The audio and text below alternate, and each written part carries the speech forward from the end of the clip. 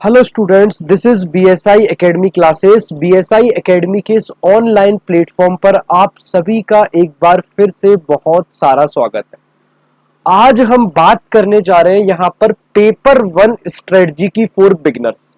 वैसे तो ये वीडियो सभी के लिए, क्योंकि आप सभी को पता है यहाँ पर पेपर वन कॉमन रहता है, लेकिन हमारा यहाँ पर पेपर वन का पूरा सिलेबस तो चलता ही चलता है।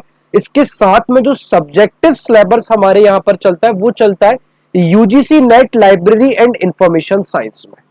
तो हम जो है आज कंप्लीटली ये वीडियो जो है, जो हमारे यहाँ पर जुड़े हुए जितने भी लाइब्रेरी एंड इंफॉर्मेशन साइंस से रिलेटेड स्टूडेंट्स हैं या फिर अन्य जितने भी जो आप पेपर वन के लिए टारगेटेड कर रहे हो, और पेपर वन के लिए कई बार हम कंफ्यूज हो जाते हैं। जैसे अगर मैं बात करूं यहाँ पर library and information science related students की, तो यहाँ पर स्टूडेंट्स की जो है मुझे कई बारी कंप्लेन ये आती है कि सर हमने अपना सब्जेक्ट तो बहुत अच्छे से कर लिया है, लेकिन पेपर वन में हम कहीं ना कहीं यहाँ पर प्रॉब्लम फेस करे जा रहे हैं। पेपर वन का हमें नहीं समझ आ रहा कि पेपर वन में हम क्या करें और क्या ना करें। और कई बार हम सिर्फ पेपर टू को इतना ज्यादा स्ट्रॉन्ग कर लेते हैं और पेपर वन को कंप्लीटली छोड़ देते हैं, जो कि बिल्कुल भी सही नहीं है। मैं आप सभी लोगों के लिए स्पेशली ये बता दूं, यहां पर अगर आप पेपर वन को ध्यान में नहीं दोगे या ध्यान नहीं रखोगे, तो चाहे आप लाइब्रेरी एंड इंफॉर्मेशन साइंस, चाहे आप कॉमर्स के अंतर्गत, इकोनॉमिक्स के अंतर्गत, ठीक है, होम साइंस के अंतर्गत, लॉ के अंतर्गत, जितने भी यहां पर सब्जेक्ट आपको यूजीसी नेट के अंतर्गत मिलते हैं, सिर्फ आप सब्जेक्ट बेस पे यहां पर क्वालिफाई करना बहुत ज्यादा मुश्किल है। तो आइए दोस्तों जानते हैं इस पूरी कंप्लीट वीडियो में यहां पर पेपर वन के लिए स्ट्रेटजी क्या रहने वाली है। पॉइंट वाइज पॉइंट हम यहां पर कंप्लीट स्ट्रेटजी को डिस्कस करेंगे, ठीक है। और वैसे दोस्तों ये वीडियो बता दूं, थंबनेल से जरूर यहां पर लग सकता है आपको कि ये वीडियो सिर्फ UGC net and library and information science से है, लेकिन नहीं, पेपर वन आप सभी को पता है कि यहां पर पेपर वन जो है कॉमन होता है। तो यह जो वीडियो है आप सभी लोगों के लिए यहां पर इंपॉर्टेंट होने वाली है। तो सबसे पहले अगर मैं पेपर वन की तैयारी की बताऊं, तो सबसे पहले जो हमें यहां पर समझना जरूरी होता है वो ये होता है कि अंडरस्टैंड द एग्जाम पैटर्न। हम क्या करते हैं, हम रैंडमली किसी भी बुक्स को उठा के पढ़ने लगते हैं। यूट्यूब पर जो भी हमें लेक्चर अच्छा लगता है वो हम यहां पर उठा के पढ़ने लगते हैं। आज के टाइम पर अगर सोर्सेस की बात करूं ना, तो सोर्सेस बहुत ज्यादा हो गए और हम रिसोर्सेस का सही ढंग से यूज नहीं कर पा रहे, और हम रिसोर्सेस में कई बार उन रिसोर्सेस में कंटिन्यूसली उलझ जाते हैं, कंफ्यूज बने रहते हैं। तो दोस्तों सबसे पहले यहां पर स्टूडेंट्स को ना एग्जाम का बेसिक स्ट्रक्चर समझना यहां पर बहुत ज्यादा जरूरी है, ठीक है।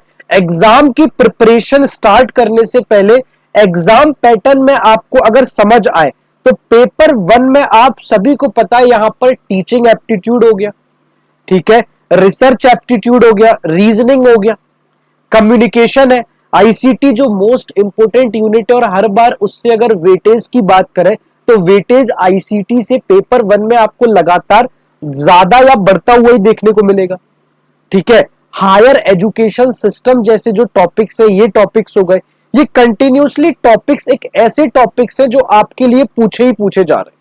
पेपर वन में आप सभी को पता है यहां पर 50 क्वेश्चंस देखने को मिलेंगे। 100 मार्क्स का पेपर होगा, 2 मार्क्स का एक क्वेश्चन होगा। और अच्छी बात तो यहां पर यह होती है कि इसमें यहां पर दोस्तों नेगेटिव मार्किंग नहीं है, ठीक है। इसलिए स्ट्रेटजी ये होनी चाहिए कि सबसे पहले तो एग्जाम पैटर्न को समझते हुए हम यहां पर मैक्सिमम क्वेश्चन को अटेंड कर सके, और मैक्सिमम क्वेश्चन को अटेंड करने के साथ दोस्तों यहां पर जितने भी क्वेश्चन है उन्हें हमें कॉन्सेप्चुअल क्लैरिटी के साथ सॉल्व करना जरूरी होता है, ठीक है। सबसे पहला यहां पर हमने एग्जाम पैटर्न को समझ लिया। एग्जाम पैटर्न यहां पर 50 क्वेश्चन आपको पेपर वन में देखने को मिलते हैं। नेगेटिव मार्किंग की अगर मैं नहीं बात करूं, तो नेगेटिव मार्किंग यहां पर आप लोगों के लिए नहीं होती है। तो यहां पर सबसे पहले हमें ध्यान रखना है कि मैक्सिमम क्वेश्चंस को अटेम्प्ट करना है। अनटिल एंड अनलेस जब तक आप जितने ज्यादा क्वेश्चंस को अटेम्प्ट नहीं करोगे, तब तक आपको यहां पर पेपर में प्रॉब्लम आनी निश्चित है, ठीक है, आप फायदा उठाओ ना। अगर यहां पर यूजीसी ने अभी तक नेगेटिव मार्किंग स्टार्ट नहीं की है तो आपको उस चीज का फायदा उठाना चाहिए। क्लियर? तो सबसे पहले तो आपको यहां पर एग्जाम पैटर्न को समझ लिया। एग्जाम पैटर्न में मैंने आपको बताया जैसे टीचिंग एप्टीट्यूड हो गया, क्लियर, रिसर्च एप्टीट्यूड हो गया, रीजनिंग हो गई, ठीक है, कम्युनिकेशन हो गया, आईसीटी हो गया, हायर एजुकेशन सिस्टम जैसे जो टॉपिक है, ये सारे टॉपिक्स बहुत ज्यादा यहां पर पूछे जाते हैं। क्लियर? तो स्ट्रेटजी हमेशा ध्यान रखो ये होना चाहिए कि मैक्सिमम क्वेश्चन अटेम्प्ट करना है, वो भी कॉन्सेप्चुअल क्लैरिटी के साथ आपको यहां पर अटेम्प्ट करना। ठीक है, नेक्स्ट यहां पर सबसे इंपॉर्टेंट पॉइंट है, फॉलो द कंप्लीट सिलेबस। अक्सर स्टूडेंट्स क्या करते हैं, यहां पर यूजीसी के द्वारा आपको पूरा सिलेबस डिफाइन किया हुआ है और हम अक्सर क्या करते हैं, हम सिलेबस को नहीं उठाते, हम रैंडम, जो मैंने आपको अभी बताया, हमारे पास रिसोर्सेज बहुत सारे अवेलेबल है। जब यहां पर रिसोर्सेज बहुत सारे अवेलेबल है तो हम रैंडमली कोई भी रिसोर्सेज को उठा के पढ़ना स्टार्ट कर देते हैं, जैसे यूट्यूब की वीडियोस हो गई। ठीक है, आपको कंसिस्टेंसी के साथ में किसी एक पर्सन को यहां पर कुछ टाइम के लिए यहां पर फॉलो करना बहुत जरूरी है। जब तक आप उसे यहां पर कंप्लीटली फॉलो नहीं करेंगे, 1 या 2 दिन में आप उस पैटर्न को दोस्तों नहीं समझ पाओ। सॉरी, तो रैंडम स्टडी यहां पर नहीं करना है। पेपर क्वालिफाई करने के लिए सबसे इंपॉर्टेंट स्टेप्स दोस्तों ये है कि सिलेबस को कंप्लीटली फॉलो करना है। बहुत सारे स्टूडेंट्स क्या करते हैं, यूट्यूब से रैंडम बुक्स उठा लेते हैं, प्रिपरेशन स्टार्ट कर देते हैं और उन्हें पता ही नहीं होता कि सिलेबस क्या है। ठीक है, अगर मैं आपको यूनिट पेपर 1 का सिलेबस डिफाइन करूं तो आप सभी लोगों के लिए सबसे पहले ये पता होना चाहिए कि पेपर 1 का जो दोस्तों यहां पर सिलेबस है वो 10 यूनिट्स में कंप्लीटली डिवाइड किया हुआ है। और उन 10 यूनिट्स की अगर मैं बात करूं तो पहला जो यहां पर आपको देखने को मिलेगा, टीचिंग एप्टीट्यूड आपको देखने को मिलेगा। दूसरा दोस्तों यहां पर रिसर्च एप्टीट्यूड। ये वो दोनों टॉपिक है, चाहे टीचिंग एप्टीट्यूड हो चाहे फिर रिसर्च एप्टीट्यूड हो, यहां दोनों से क्वेश्चंस बहुत ज्यादा पूछे जाते हैं। थर्ड, अगर मैं आप लोगों के लिए दोस्तों बात करूं तो कॉम्प्रेंशन टॉपिक हो गया, यहां से भी हर बारी क्वेश्चंस आते ही आते हैं। फोर्थ दोस्तों, अगर हम और आगे चले तो आपको एलआर ले लो, जिसे हम लॉजिकल रीजनिंग के नाम से जानते हैं। लॉजिकल रीजनिंग से भी आपके क्वेश्चन फर्स्ट पेपर में पूछे जाते हैं। डीआई जो आपका मोस्ट इंपोर्टेंट एंड बहुत इजी होता है। अगर आपने डीआई को एक बार कॉन्सेप्चुअल बेस से समझ लिया तो वो एक ऐसा टॉपिक है जिसमें आपको गलती करने के चांसेस बहुत कम या ना के बराबर हो जाते हैं। तो डेटा इंटरप्रिटेशन आपको ध्यान रखना है। मैंने यहां पर 5 टॉपिक्स आपको बताए, एक बार रिवाइज कराऊंगा। Teaching aptitude, research aptitude, comprehension, logical reasoning, DI data interpretation. और आगे चलते हैं तो दोस्तों यहां पर आईसीटी। आईसीटी का ट्रेंड, वैसे भी आप सभी लोगों को पता है कि हमारे भारतवर्ष या सभी देशों में यहां पर टेक्नोलॉजी का ट्रेंड बढ़ा है और टेक्नोलॉजी का ट्रेंड आगे भी बढ़ता हुआ ही आपको मिलेगा। तो आईसीटी के क्वेश्चंस भी आपको इसमें काफी ज्यादा देखने को मिलते हैं। ठीक है, मोस्ट इंपोर्टेंट थिंग यहां पर पीपल डेवलपमेंट एंड एनवायरनमेंट के क्वेश्चन आपको देखने को मिल जाएंगे। जो आज हमारा डेवलपमेंट है, पीपल से इंटर रिलेशंस जो हमारे होते हैं, ठीक है, सॉरी, हल्का फुल्का कफ है, या फिर एनवायरनमेंट की अगर हम बात करें तो यहां से आप सभी को क्वेश्चंस देखने को मिल जाएंगे। और लास्ट में अगर दोस्तों मैं यहां पर आपको बात करूं तो higher education system, higher education system से भी आपको यहां पर क्वेश्चंस देखने को मिलते ही मिलते। क्लियर है इतना? यहां तक आप लोगों को क्लियर समझ आया? ठीक है, तो सबसे पहले आपको यह ध्यान रखना है कि जितने भी आपको यहां पर अपनी प्रिपरेशन करनी है, जो भी आप प्रिपरेशन करेंगे वो कंप्लीटली आप सिलेबस के अकॉर्डिंग ही करेंगे। ठीक है, क्या समझ आया? आपको प्रिपरेशन को अपनी यहां पर सिलेबस के अकॉर्डिंग ही करनी है। क्लियर समझ आई आपको ये चीज? सिलेबस के अकॉर्डिंग अगर आप प्रिपरेशन करते हो तो होता यह है कि अननेसेसरी टॉपिक्स पर टाइम वेस्ट आपका नहीं होता। ठीक है, इसलिए मेरी रिकमेंडेशन ये होगी कि आप बीएसआई एकेडमी का टेलीग्राम चैनल ज्वाइन कर सकते हो। उस चैनल में आपको यूजीसी नेट का कंप्लीट ऑफिशियल सिलेबस कंप्लीट आपको मिल जाएगा, चाहे वो पेपर 1 हो या फिर यहां पर पेपर 2 के जितने भी सब्जेक्ट्स हैं उन सभी का आपको सिलेबस यहां पर देखने को मिल जाएगा। सॉरी, क्लियर है आपको यहां तक किसी को कोई डाउट? ठीक है, चलो और आगे चलते हैं हम यहां पर। अब नेक्स्ट पॉइंट डिस्कस करते हैं। नेक्स्ट पॉइंट की दोस्तों अगर हम यहां पर बात करें तो नेक्स्ट पॉइंट है दोस्तों यहां पर build conceptual clarity. Conceptual clarity से आप लोग क्या समझते हैं, आप लोग मुझे ये बताओ। आप लोग डेफिनेटली बहुत टाइम से प्रिपरेशन कर रहे हैं, तो आपको इतना डेफिनेटली समझ आया होगा कि यहां पर यूजीसी नेट का जो आप तैयारी कर रहे हो उसमें कॉन्सेप्चुअल क्लैरिटी का क्या तात्पर्य है। आज हल्का सा मुझे लग रहा है कैमरा फेसिंग में कुछ कैमरा कट हो रहा है, तो आप लोग मैनेज कर लेना। जरूरत यह है कि मैं अपना कंप्लीट कंटेंट डिलीवर कर पाऊं, ठीक है। तो यहां पर एक और मोस्ट इंपोर्टेंट चीज जो आपको यहां पर देखने को मिल रही है वो ये देखने को मिल रही है कि यहां पर बिल्ड कॉन्सेप्चुअल क्लैरिटी।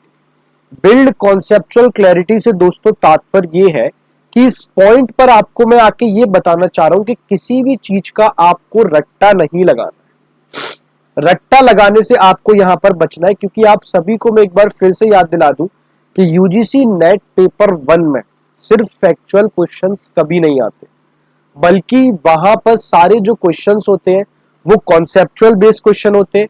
इसलिए सिर्फ डेफिनेशन या जो आपको पॉइंट्स दिए रहते हैं सिलेबस में, वो पॉइंट्स याद करना आप लोगों के लिए कभी भी इनफ नहीं हो। एग्जाम के लिए अगर आप रिसर्च एप्टीट्यूड पढ़ रहे हो तो आपके लिए रिसर्च टाइप्स याद नहीं करने हैं, बल्कि ये समझना है कि जैसे क्वालिटेटिव रिसर्च है तो वो क्वालिटेटिव रिसर्च क्या होती है, ठीक है। या फिर अगर मैं क्वांटिटेटिव रिसर्च की बात करूं तो यहां पर क्वांटिटेटिव रिसर्च क्या होती है, ठीक है। आपको सिर्फ रिसर्च के पॉइंट्स पढ़ने तक जरूरी नहीं है, आपको वो यहां पर क्लियर समझ भी आना चाहिए, जैसे कि क्वालिटेटिव रिसर्च क्या है और इसके साथ साथ क्वांटिटेटिव रिसर्च क्या है। जब तक आपको ये चीज समझ नहीं आएगी दोस्तों, तब तक आपके यहां पर कॉन्सेप्चुअल नहीं क्लियर होंगे। और अगर आपके कॉन्सेप्ट क्लियर नहीं है तो यूजीसी नेट का पेपर 1 फैक्चुअल बेस पे नहीं आता, वो पेपर कंप्लीटली कॉन्सेप्चुअल बेस पर ही होता है। सॉरी। और मैं साथ साथ आपको यह भी बताना चाहता हूं, अगर मैं यहां पर दोस्तों कॉन्सेप्ट की बात भी कर रहा हूं तो कॉन्सेप्ट को लेके मैं आपको ये क्लियर गाइडेंस करना चाहता हूं कि जो दोस्तों आपके यहां पर कॉन्सेप्चुअल बेस की बात की जा रही है, अब कॉन्सेप्चुअल बेस पढ़ने से या कॉन्सेप्ट क्लियर होने से क्या फायदे होंगे, डेफिनेटली आपके मन में आ सकता है कि यार कॉन्सेप्ट अगर क्लियर कर भी लिए तो उससे क्या फायदा होगा। कॉन्सेप्ट क्लियर करने से दोस्तों हमेशा दो चीजें स्ट्रांग होती है, एमसीक्यू जो होते हैं आपके इजीली सॉल्व हो जाते हैं, क्योंकि जो ऑप्शन एलिमिनेशन का मेथड होता है वो ऑप्शन एलिमिनेशन का मेथड आप लगा लेते हैं। दूसरा अगर मैं बात करूं यहां पर जितने भी कंफ्यूजिंग ऑप्शंस जो आपके बनते हैं उसमें आप करेक्ट आंसर्स आइडेंटिफाई कर सकते हो, क्योंकि अभी मैंने आपको क्लियर चीज की ये चीज कि आप यहां पर जो है जितने भी कंफ्यूजिंग क्वेश्चंस जो होते हैं आप उनको यहां पर क्लियर कर लेते, ठीक है। तो इसलिए प्रिपरेशन के टाइम पर फोकस ही होना चाहिए कि कॉन्सेप्ट क्लैरिटी पर होना चाहिए, ना कि मेमोराइजेशन बेस पर। अगर आप कंटिन्यूसली मेमोराइजेशन कर रहे हो, चीजों को याद ज्यादा कर रहे हो, तो मैं आप लोगों के लिए जानकारी के लिए बता दूं यहां पर सिर्फ फैक्चुअल क्वेश्चन आपको देखने नहीं मिलने वाले हैं, आपको यहां पर कॉन्सेप्चुअल क्वेश्चन भी देखने को मिलेगा। सॉरी, ठीक है। अब हम और आगे चलते हैं। अब नेक्स्ट पॉइंट की अगर हम बात करें यहां पर, तो नेक्स्ट पॉइंट आपको देखने को मिलेगा दोस्तों यहां पर practice previous year question. Sorry दोस्तों, थोड़ी सी खांसियात ज्यादा हो रही है, बट मैं नहीं चाहता कि मैं आपको जो डिलीवर करना चाह रहा हूं वो डिलीवर करने से बचूं। तो यहां पर जो नेक्स्ट आपका पॉइंट आपको देखने को मिलेगा वो मिलेगा यहां पर प्रैक्टिस प्रीवियस ईयर क्वेश्चन, ठीक है। आप ये मान के चलिए जितने भी आपके प्रीवियस ईयर्स के क्वेश्चंस हैं, ठीक है, यहां पर प्रीवियस ईयर के क्वेश्चन सॉल्व करना यहां पर सबसे ज्यादा इफेक्टिव स्ट्रेटजी है, ठीक है।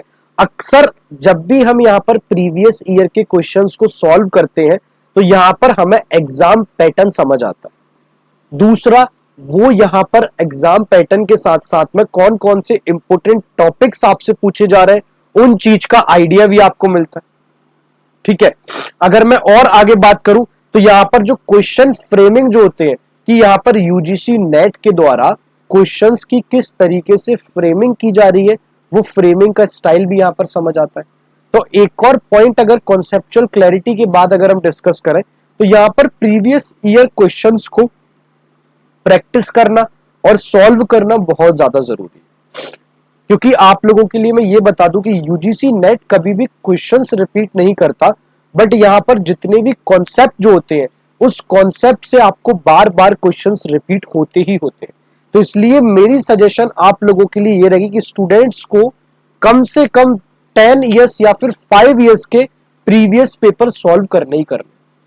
50 क्वेश्चंस दोस्तों होते हैं, अगर आप 10 इयर्स पे भी क्वेश्चन सॉल्व करोगे तो एक साल में यहां पर यूजीसी नेट का जो पेपर है वो आपको 2 बार मिलता है। सॉरी।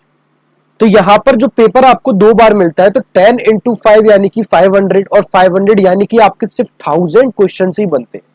और आपको किसी भी पेपर को अगर आपको क्रैक करना है तो यहां पर एटलीस्ट 10,000 क्वेश्चन तो आपके कंप्लीट सॉल्व होने ही होने चाहिए।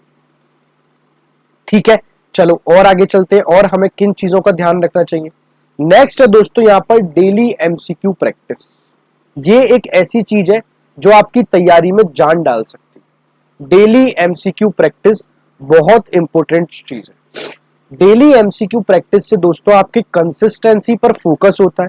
ठीक है, आप ये समझ सकते हो कि यूजीसी नेट पेपर एक एमसीक्यू बेस्ड एग्जाम है। ठीक है, इसे यहां पर थ्योरी आप कितना भी मेमोराइज करने का ट्राई कर लो, बट जब तक आप यहां पर चीजों को सॉल्व नहीं करोगे, जैसे एमसीक्यू क्वेश्चन ही हो गए, उन एमसीक्यू क्वेश्चंस को आप सॉल्व नहीं करोगे, उनकी प्रैक्टिस नहीं करोगे, तब तक आप यहां पर नहीं डील कर पाओगे कि कैसे आपको करना है। अब डेली एमसीक्यू प्रैक्टिस के फायदे क्या क्या होते हैं वो फायदे मैं आपको बता देता हूं। तो सबसे पहले तो दोस्तों यहां पर अगर डेली एमसीक्यू प्रैक्टिस के फायदे की बात करूं तो पहला पॉइंट आप लोग ध्यान रखना कि यहां पर स्पीड इंप्रूव होती है। ठीक है, आप लोगों की यहां पर स्पीड इंप्रूव होगी। दूसरा अगर मैं आप लोगों के लिए बता दूं तो एक्यूरेसी इंप्रूव होती है। ठीक है, तीसरा फायदे की अगर मैं बात करूं तो यहां पर आपका कॉन्फिडेंस बिल्डअप होता है। तो एमसीक्यू प्रैक्टिस से आपको यह पता चलता है द मोस्ट इंपोर्टेंट थिंग जब आप सॉल्व करते हो कि आपके यहां पर कौन से एरियाज कौन से सेक्शंस वीक है और कौन से एरियाज और कौन से सेक्शन स्ट्रांग है। रेगुलर प्रैक्टिस ही एग्जाम में आपके परफॉर्मेंस को इंप्रूव यहां पर करती है। ठीक है, नेक्स्ट पॉइंट हम देखते हैं कि हमें नेक्स्ट और किन पॉइंट का ध्यान रखना चाहिए अगर हम यहां पर पेपर 1 में 80+ मार्क्स के लिए देख रहे हैं। ठीक है दोस्तों, यहां पर जो नेक्स्ट पॉइंट है आप लोगों के लिए है prepare short notes.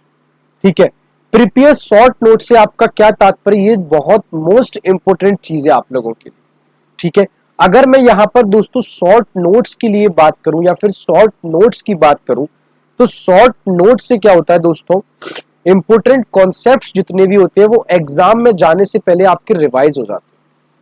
Short notes बनाने का सबसे बड़ा फायदा दोस्तों ये है कि जितने भी इंपोर्टेंट कॉन्सेप्ट्स हैं वो आप एक जगह पर लिख सकते हो। और जब आप जितने भी कॉन्सेप्ट्स को एक जगह पर लिखते हो तो एग्जाम देने से जाने से पहले आपको वहां पर रिवाइज करने में हेल्प हो जाती है। या फिर आप ये समझ लो यहां पर इंपोर्टेंट कॉन्सेप्ट्स अगर एक जगह मिल जाए तो यहां पर रिवीजन फास्ट हो जाता है। ठीक है, एग्जाम में अगर लास्ट डेज में कंप्लीट सिलेबस रिवाइज करना हो तो आप लोगों के लिए वो इजी हो जाता है।